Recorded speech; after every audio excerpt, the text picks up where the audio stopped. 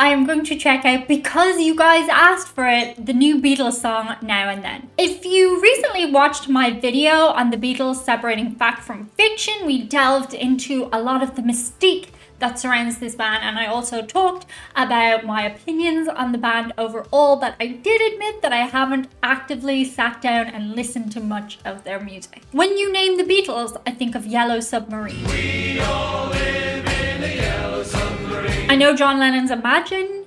Can I name any other Beatles songs? I kind of get the Beatles and the Monkees mixed up. And if you're a music snob and you're like, Diane, how do you not know all this stuff? Here's a couple of reasons. If you want me to go back and check out their older archive, I could do that too, depending on how this video goes. Today's video is brought to you by Patreon and channel membership. If you want to see me and Chewie, that's my dog. I don't have an actual Wookiee in my house.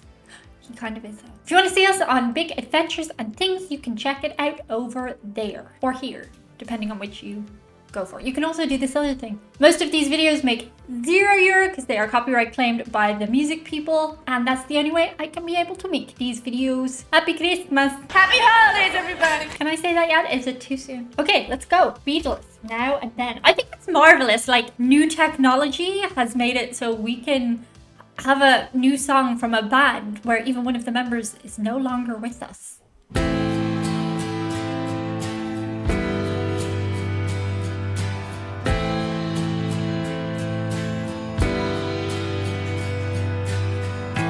I know it's true.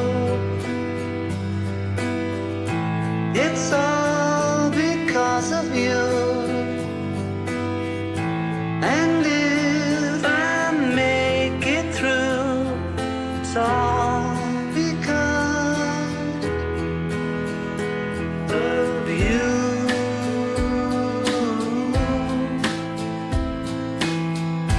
And now and then,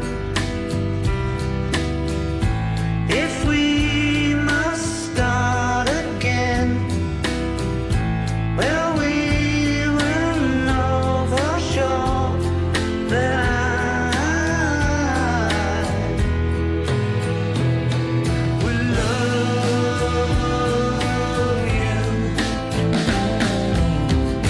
now and then. I miss you. Oh, now and then. I want you to be there for me, always to return to me. I know it's true. It's all because of you. And if you go away, I know you'll never stay.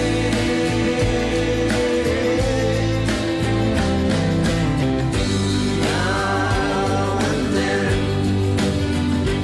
I miss you. Oh,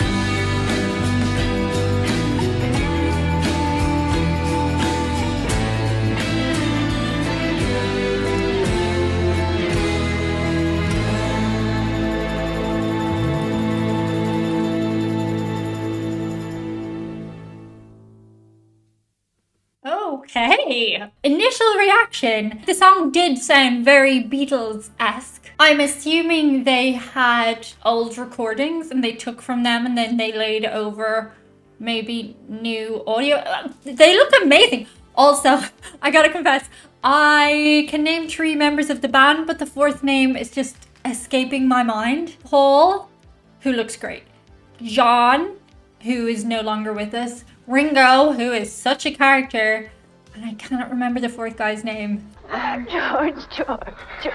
George Harrison. George. Was George often overlooked? I know Paul has a successful Nepo baby. Shots fired. Shots fired. I mean, fashion designer daughter, Stella McCartney, because I used to work in Adidas Sports Performance Store on Oxford Street, and we sold a ton of her apparel. It was very expensive. Okay, how did they do it? Oh, okay.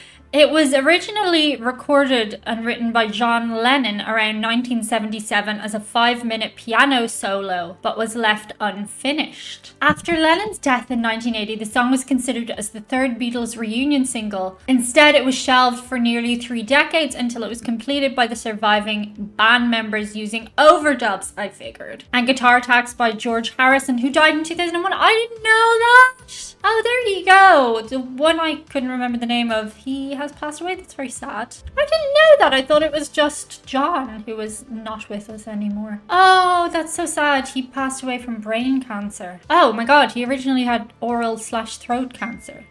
Hello? Who's interrupting my music? Go away, I'm speaking to far more important people.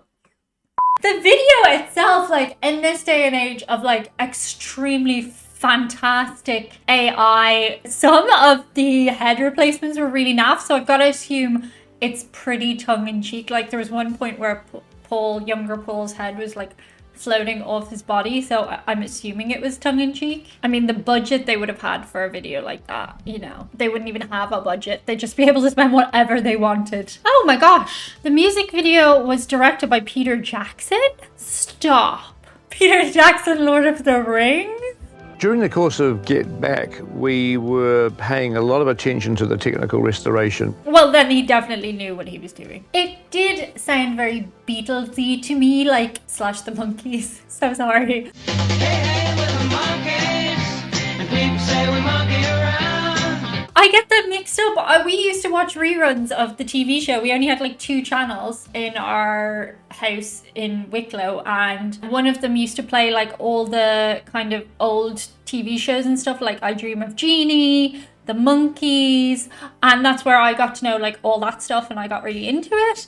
But I knew the Monkeys before I knew the Beatles, and to this day I do still get their music mixed up. Oh my goodness, they even used artificial intelligence on the voices. What are we living in? We are living in the future. Like, we are living in the future. Am I even talking to you right now? Who can say? That would make life a lot easier if I could just like have AI Diane do everything. But could I trust her? No, she would take over the world. She seems nice, but it would be a dictatorship. I would say that to me it felt more like a Beatles tribute than a Beatles song, especially knowing that some of the voices would be AI. Like, at what point? And that's going to be like a huge thing that we have to talk about in the future. I know they've already dealt with it in terms of writers, like intellectual property.